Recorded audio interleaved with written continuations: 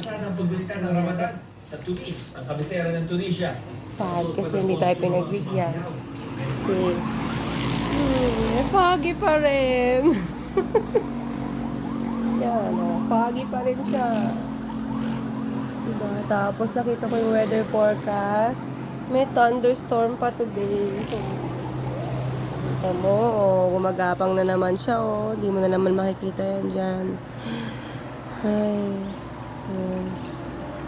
Anyway, may bukas pa. So, baka bukas, meron ng review na.